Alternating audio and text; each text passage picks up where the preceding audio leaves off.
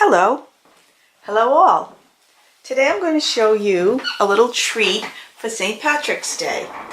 It's the end of February, but it's never too early to start for the next holiday, especially if you like to exchange little things with your coworkers at work, which is what I do. I work a regular job Monday through Friday. Unfortunately, Stampin' Up! Is not my only work, which I wish it was, but I'm not there yet. So, here's what we're going to make today. A little Happy St. Patrick's Day candy treat. We'll be using the new Scalloped Tag Topper Punch. We'll be using the Build-A-Bird Punch and the Small Hot Punch. One other punch that we'll be using, and this is the old-fashioned whale type, the curly label punch. So let's get started. We're using some Whisper White cardstock, which I've cut at, and let me tell you, all these measurements will be on my blog site listed for you, so you don't have to write them down now, unless you want to. Okay. Piece of Whisper White is 5 13/16 by 2 inches. And it's scored at 2 3/4 and 3 1/16. So after you cut your white cardstock and score it, my advice is to take it and lay it flat before you actually fold on your score lines, and with gumball green stamp your Happy St. Patrick's Day sentiment. This Happy St. Patrick's Day is from Teeny Tiny Wishes, and I've stamped it in Stampin' Up! Gumball green ink. So once you have your Happy St. Patrick's Day stamped, the next thing I would advise to do is to cut the tag toppers next. So you just take your 2-inch piece of paper and just slide it right in, and it fits perfectly into, it fits perfectly into the punch. Punch one end, and then flip it over and punch the other end. Excuse my arm in the picture. Okay, and there's the remnants of what we've cut off. So there you have your tag topper on both ends. Next, I would take, this is the Watercolor Wonder DSP, which is fantastic. Every single piece is like amazing. So what I've done is I've taken a piece that is, let me see, it is 1.5 inches of the chevron watercolor pattern, and using the curly label punch, just punch out the curly label shape. It's always good to use your punches upside down so you can see exactly where you're punching. It helps to save paper if you're watching where you punch. You can just cut out that small amount. So then I use this is the Stampin' Up! Silicone sheet, which if you don't have it, it is the best because nothing sticks to it. So if you're doing your snail or whatever kind of glue you might be using, you see your things don't stick to it, but the snail sticks to your paper. So what we're doing now, I can keep my hand out of do it with my left hand. Just center your little curly label cutout onto the tag, and then the fun begins with your shamrock. The shamrock's made by punching out with, oh, look at that heart, not good. I tried to save time by punching ahead of time. Oh, I did too badly. There's 1, 2, you take 3 punched out hearts, if I can get 3. Okay, I've got 3. And then using glue dots, I find glue dots to be really the best solution here. To stick your little hearts to form your shamrock, do we like this yet? Is just grab a glue dot, and using either the center of your tag top or the little pointy piece of your curly label, just center a heart right in the center. Then grab another glue dot and put this heart to the side of that heart. Grab a third heart, another glue dot, and there's your shamrock. Next, using the Build-A-Bird punch, I've already pre-cut in gumball green some of the leaves. I cut a few of those. Now you don't need the whole leaf. It's a matter of stem. You're not going to use the leaves at all. You can use the stem. So again, using the silicone, I just leave the whole length of the stem intact. And take some snail. Oops.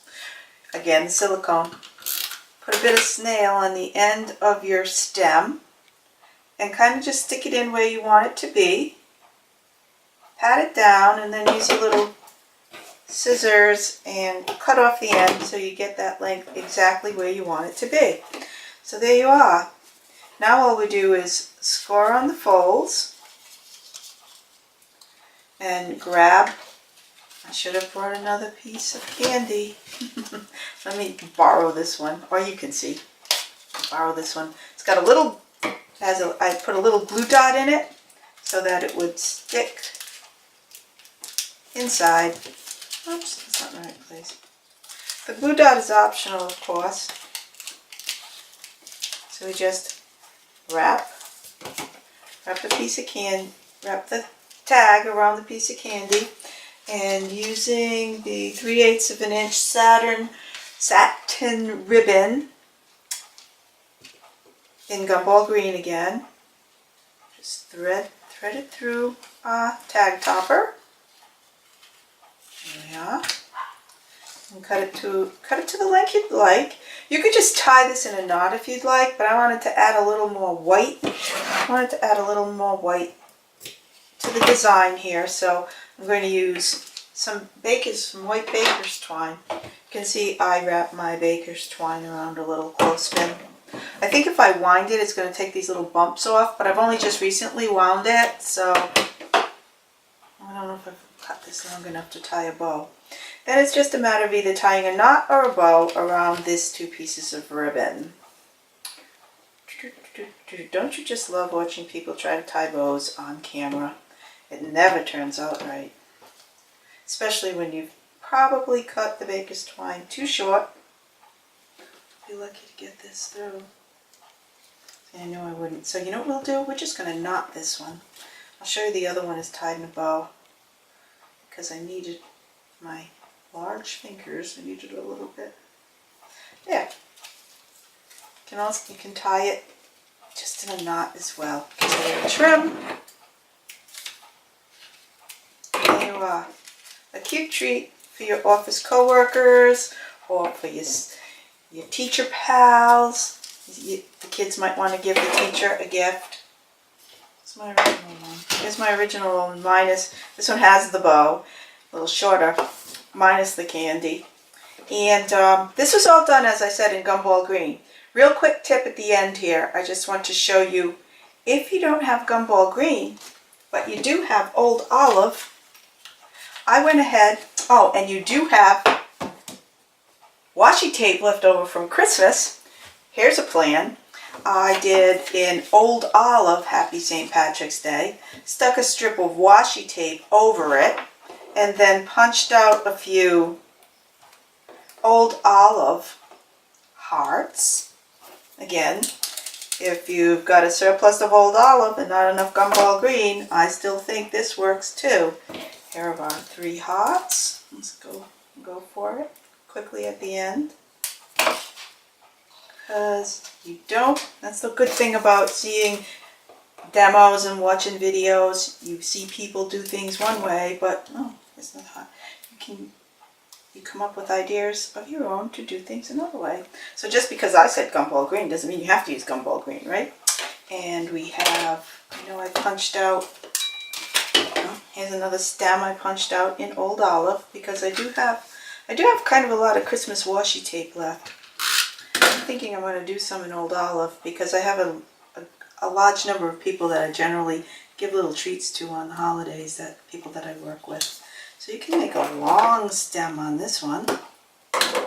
Looks kind of cute.